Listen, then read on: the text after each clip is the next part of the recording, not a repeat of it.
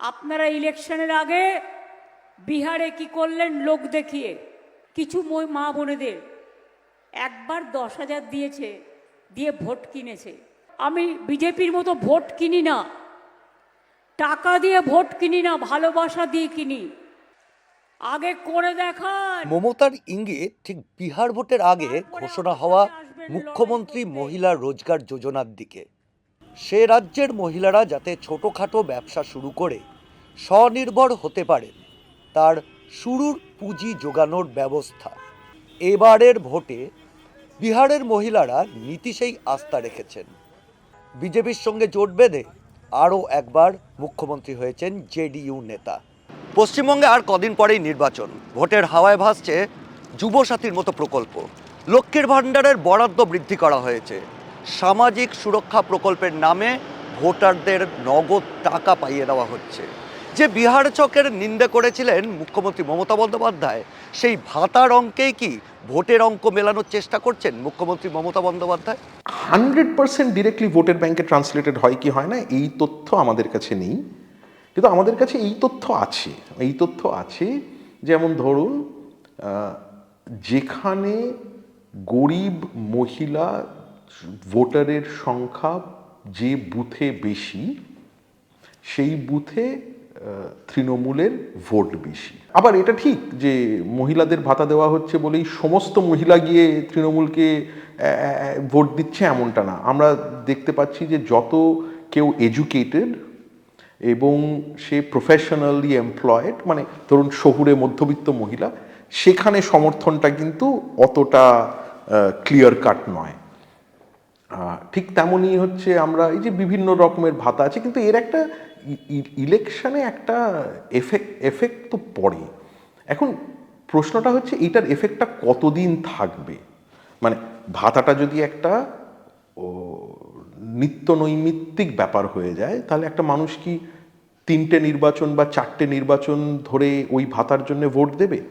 না, রাজনৈতিক দলগুলোও সেগুলো বোঝে বলেই দেখবে যে নির্বাচনের আগে ভাতার অঙ্কটা বাড়ানো হয় বা নতুন ভাতা দেওয়া হয়। নাগরিকদের ব্যাংক অ্যাকাউন্টে সরাসরি টাকা ঢোকে এমন সামাজিক সুরক্ষা প্রকল্প পশ্চিমবঙ্গে চলছে এই মুহূর্তে 8খানা।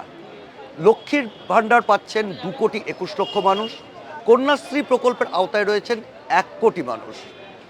1,44,00,000 ছাত্রছাত্রী সবুজ সাথী প্রকল্পের আওতাধীন রয়েছেন। তরুণের স্বপ্ন প্রকল্পের উপভোক্তা প্রায় 56 লাখ। রাজ্যে কোটি কোটি সরকারি ভাতার উপভোক্তাদের মধ্যে সিঙ্গুরের মমতা দাস একজন। 8 জনের পরিবার। দেওর এবং স্বামীর সামান্য রোজগারে সংসার টানতে বেশ হিমশিম খেতে হয়। বার্ধক্য ভাতা, কৃষক ভাতা, লক্ষ্মীর ভাণ্ডার, কন্যাশ্রীর টাকা ঢোকে মমতার পরিবারে। আমার স্বামী কাঠের কাজ করে, সেভাবে আমাকে টাকা দিতে হবে। কী করে দেবে? এতক্ষণ ফ্যামিলি চালাবে না, টাকা আমাকে দেবে। লক্ষ্মী ভাণ্ডার পেয়ে যেমন আমার নাতনির একটু চাহিদা মেটাতে পারছি, বই খাতা কিনে দিচ্ছি, হয়তো কোনো মাসে 1 মাসে মাইনে দিচ্ছি। হ্যাঁ, আর ছেলেরা একটু প্রাইভেটে একটু মাইনেটা দিতে হয়, ওনাকে উপকার পেয়েছি আমরা। এই তো 1,000 টাকা করে পাচ্ছিলাম, এবারে 1,500 টাকা করে দিচ্ছে। হ্যাঁ, আমার হচ্ছে আমার মানে রোগ, আমার শরীরে তো অনেক কিছু রোগ আছে। আমি ওইটা স্বামীর তো রোজগারে হয় না আমার, ওই টাকাটা তুলে নিয়ে এসে আমার মানে ডাক্তার খরচাটা আমার হয়ে যায়।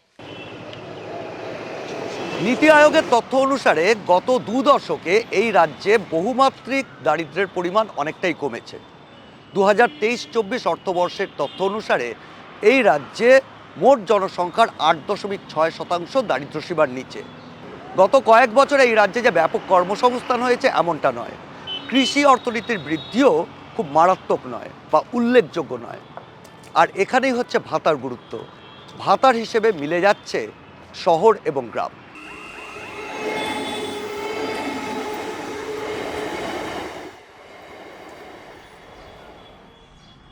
আমি লক্ষ্মীর ভাণ্ডারটা পাই, আমার মা বার্ধক্য ভাতারটা পায়, আর মেয়ে কলেজে 2বার টাকা পেয়েছে কন্যাশ্রী।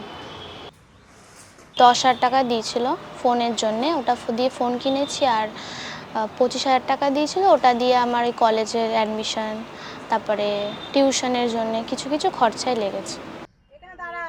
বাঘাযতীন রেল কলোনির কাজল বাড়িতে বাড়িতে গৃহ সহায়িকার কাজ করেন। স্বামী রিক্সা চালান। দিন আনি দিন খাই পরিবারে ভাতার অল্প ওইটুকু টাকাই বড় সম্বল। আমার তো সবসময় তো চলে না, গাড়ি তো লাইনের গাড়ি, সবারই নিয়ে করতে হবে, এই কম বেশি করে হয়। যখন হয় না তখন আমার বউ দেয়, শাশুড়ি দেয়। আমাদের মেয়েদের তো অনেক রকমেরই হাত খরচা টুকটাক লাগে, সব সময় তো আর স্বামীদের কাছে চাইলে পাই না। তো ওই টাকাটা দিয়ে কখনো মেয়েরা বলছে মা 10 টাকা দাও একটু এটা খাবো, মা 200 টাকা দাও একটা জামা কিনবো। আমারও ইচ্ছে হয়, তখন ওটা দিয়ে একটু চালাই। দেখুন, আমি সবার কথা বলতে পারবো না। আমার সময় আমার সেরকম একটা ভালো না পরিস্থিতি। আমার যেটুখানি আমি পাচ্ছি, আমার দিক থেকে আমি উপকার পেয়েছি। দারিদ্র্যের জ্বালা উপশম করতে ভাতার ব্যবস্থা মমতা সরকারের উদ্ভাবন নয়, তার বহু আগেই 9-এর দশক থেকেই ভারতের ভোট রাজনীতিতে এই সামাজিক প্রকল্পের মাধ্যমে টাকা পাইয়ে দেওয়ার রমরমা শুরু হয়। তামিলনাড়ু সহ দক্ষিণের বিভিন্ন রাজ্যে ভোটের আগে ভোটারকে মিক্সচার, গ্রাইন্ডার বা টেলিভিশন উপহার দেওয়ার চল ছিল। এই রাজ্যেও বাম জামানাতে চালু হয়েছিল বেকার ভাতা। এখন বর্ধিত হারে যে লক্ষ্মীর ভাণ্ডার পাবেন সেটা প্রায় 1500 টাকা এবং অ্যামাউন্টটা কম নয়।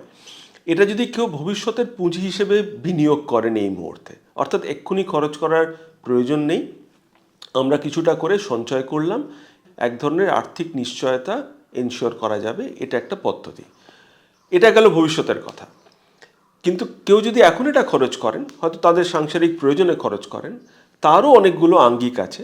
এক ধরা যাক যে এরা হয়তো খরচ করেন ছেলেমেয়ের পড়াশোনার জন্য, হয়তো ছেলেমেয়েকে একটু বেটার স্কুলে ভর্তি করার সুযোগ পেলেন এই টাকা খরচ করে, হয়তো ইংরেজি মাধ্যম স্কুলে ভর্তি করার সুযোগ পেলেন, হয়তো গৃহশিক্ষক রাখতে পারলেন, যে ধরনের সাপোর্টিং বই এবং ডকুমেন্ট পড়াশোনা করার জন্য প্রয়োজন হয় সেগুলো ক্রমাগত যোগান দিতে পারলেন, তাহলেও কিন্তু ভবিষ্যতের এক ধরনের মানব সম্পদ সৃষ্টি করার হিসেবে কাজে লাগবে আর কি। এছাড়া আপনি যদি সাংসারিক খরচের জন্য কিছু অ্যাসেট তৈরি করেন, আমি অনেকের কাছে শুনেছি যে তারা নাকি লক্ষ্মীর ভাণ্ডার জাতীয় এই ধরনের অনুদান জমিয়ে কেউ হয়তো কিছু ব্যবসার জন্য সামগ্রী কিনেছেন। ধরা যাক একটা কুকার কিনেছে, যেটা দিয়ে তারা হয়তো অসংগঠিত ক্ষেত্রে কিছু ব্যবসা করার সুযোগ পান, তার একটা অর্থনৈতিক প্রসার ঘটছে এই অনুদানের ফলে। 2021 সালের ফেব্রুয়ারি মাসে লক্ষ্মীর ভাণ্ডার প্রকল্প ঘোষণা করে তৃণমূল সরকার। সেই বছর বিপুল আসনে জয়ী হয়ে তৃতীয়বারের জন্য ক্ষমতায় আসে মমতা বন্দ্যোপাধ্যায়ের তৃণমূল সরকার। লক্ষ্মীর ভাণ্ডার মমতা বন্দ্যোপাধ্যায়ের ভোটের ভাঁড়ারকে উপচে দিয়েছে, মজবুত হয়েছে মহিলাদের ভোট ব্যাংক। বিহারে এই যে নির্বাচন হলো তার আগে জীবিকা সহায়িকা বলে যারা আছেন তাদের সবাইকে 10,000 টাকা করে দেওয়া হলো। এখন বিহারের মতো একটা রাজ্য, যেটা ভারতবর্ষের সবচেয়ে দরিদ্র রাজ্য, যেখানে হচ্ছে ধরুন মাথাপিছু গড়ায় ওই 60,000 মতো, সেখানে 10,000 টাকা করে এক একটা পরিবার পাচ্ছে। এটা তো তাদের জীবনে সত্যি একটা দারুণ একটা ব্যাপার। পশ্চিমবঙ্গের অর্থনৈতিক যে উন্নয়ন, সেই উন্নয়নটা সারা ভারতবর্ষের সঙ্গে পাল্লা দিয়ে চলছে না। আমরা ক্রমাগত ভারতবর্ষের থেকে পিছিয়ে পড়ছি। এখন তো এস্টিমেটস যেটা দেখাচ্ছে যে 25-26-এ উড়িষ্যা এবং আসাম, যে দুটো রাজ্যকে আমরা মনে করতাম যে পশ্চিমবঙ্গের চেয়ে দরিদ্র, তাদেরও মাথাপিছু আয় পশ্চিমবঙ্গের চেয়ে বেশি হয়ে যাচ্ছে। তার ফলে পশ্চিমবঙ্গে একটা সাধারণ একটা নিম্নবিত্ত বা গরিব পরিবারের বেঁচে থাকার জন্যে শুধু কৃষি থেকে উপার্জন করে আর হচ্ছে না, বা প্রাইভেট সেক্টরে কাজ করে যেটুকু উপার্জনের সুযোগ সুবিধা বা ছোট ব্যবসা করে যা সুযোগ সুবিধা, এটা কোনোটাই হচ্ছে না। তার জন্যে ভাতাটা খুব গুরুত্বপূর্ণ হয়ে পড়েছে, এবং সেটার আমরা সবচেয়ে বড় প্রমাণ পাই হচ্ছে যখন কোনো একটা সরকার ভাতা অ্যানাউন্স করে, তখন হাজার হাজার লোক গিয়ে লাইনে দাঁড়িয়ে পড়ে। 1,500 টাকা আমাদের কোনো কাজে লাগবে না, ওই পকেট খরচাটা মোটামুটি চলে যাবে। আমি যে ফর্ম ফিল আপ করি তার থেকে মোটামুটি মাসে একটা ফর্মই ধরুন 650, কোথায় 1000 চলে যাচ্ছে। দুটো ফর্ম ফিল আপ করলেই সেখানে চলে যাবে। যেভাবে টাকা আমাদের থেকে নেওয়া হয়েছে সেই টাকাই আমরা অল্প করে ফেরত পাচ্ছি। আমাদের এটা একটা অধিকার বলতে গেলে সামান্য। 2025-26-এর যে ইকোনমিক সার্ভে রিপোর্ট, সেই সার্ভে রিপোর্ট অনুসারে বিভিন্ন রাজ্যের এই ধরনের সামাজিক সুরক্ষা প্রকল্পের নামে নাগরিকদের অ্যাকাউন্টে যে টাকা পৌঁছে দেওয়া হচ্ছে তার জন্য রাজ্য কোষাগারে বাড়তি চাপ পড়ছে। এবছরের রাজ্য বাজেট অনুসারে 2027 সালে এই রাজ্যের প্রায় 62,000 কোটি টাকা রাজস্ব ঘাটতি হওয়ার আশঙ্কা রয়েছে। এরপরেও সেই বিপুল পরিমাণ ঘাটতি নিয়ে রাজ্য সরকারকে এই সামাজিক সুরক্ষা প্রকল্পের বিপুল টাকা দিতে হচ্ছে এবং সেই বাড়তি চাপ নিতে হচ্ছে রাজ্য কোষাগারকে। এবছরের বাজেটে আমি যেটুকু তথ্য দেখলাম তাতে যে মোট বাজেটের প্রস্তাবিত বাজেট সেটা প্রায় 17 লক্ষ কোটি টাকার। তার মধ্যে মোটামুটি 4.7 লক্ষ কোটি টাকা এই বিভিন্ন সামাজিক প্রকল্পে ব্যয় করা হবে বলে একটা প্রস্তাবনা হয়েছে। এটা টোটাল বাজেটের প্রায় 27%, অর্থাৎ এটা একটা বৃহৎ পোর্শন যে টোটাল বাজেটের কত শতাংশ মোটামুটি সামাজিক প্রকল্পে খরচ হবে। অর্থাৎ আপনি যদি ক্রমাগত এই ধরনের খাতে খরচ করেন তাহলে আপনাকে কিছু না কিছু অন্য বিষয় থেকে টাকা সরিয়ে নিতে হবে।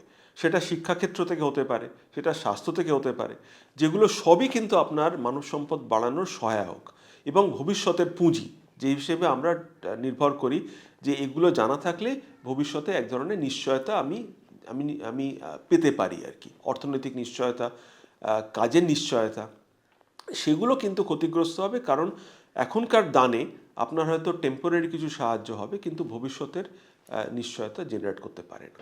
লক্ষ্মীর ভাণ্ডারের মতো প্রকল্পকে প্রথমে ভিক্ষা বলে কটাক্ষ করলেও পরবর্তীতে ভোটারদের মন জয় করতে এই ধরনের সামাজিক প্রকল্পের প্রতিশ্রুতি দিতে বাধ্য হচ্ছে বিরোধী সমস্ত দলই, তার মধ্যে বিজেপিও ব্যতিক্রম নয়। তৃণমূলের চালে তৃণমূলকে বাজিমাত করতে লক্ষ্মীর ভাণ্ডারের জন্য বরাদ্দের পরিমাণ আরও বেশি ঘোষণা করেছেন খোদ বিরোধী দলনেতা শুভেন্দু অধিকারী। 1 জুনের আগে 3,000 টাকা করে আপনাদেরকে ঢুকাবো। আরে নীতিশ কুমার সঙ্গে দিদির কোনো ফারাক আছে নাকি? একসঙ্গে তো ছিল সব, এও মন্ত্রী ছিল ও মন্ত্রী ছিল, দেখিনি এগুলো স্যার। নাটক করছে, কতটা ফালতু কথা বলছে। তৃণমূল যে হেরে যাবে বিজেপির মতন তৃণমূলও বুঝে গেছে এবং সেই কারণে টাকা দিয়ে ভোট কেনার ব্যবস্থা বলতে যা বোঝায় তাই। আমাদের যদি মানুষ সুযোগ দেয় আগামী দিনে 1,500 নয় 25,000 থেকে 26,000 টাকার মাইনের চাকরি আমরা চেষ্টা করবো ইন্তজাম করার। ভাতার টাকা এবং সামাজিক সুরক্ষা প্রকল্পের বিভিন্ন প্রতিশ্রুতি নিয়ে যখন রাজনৈতিক দলগুলো প্রতিযোগিতা শুরু করে তখনই বোঝা যায় ভোট আসছে। কিন্তু ভোটাররা কি করবে?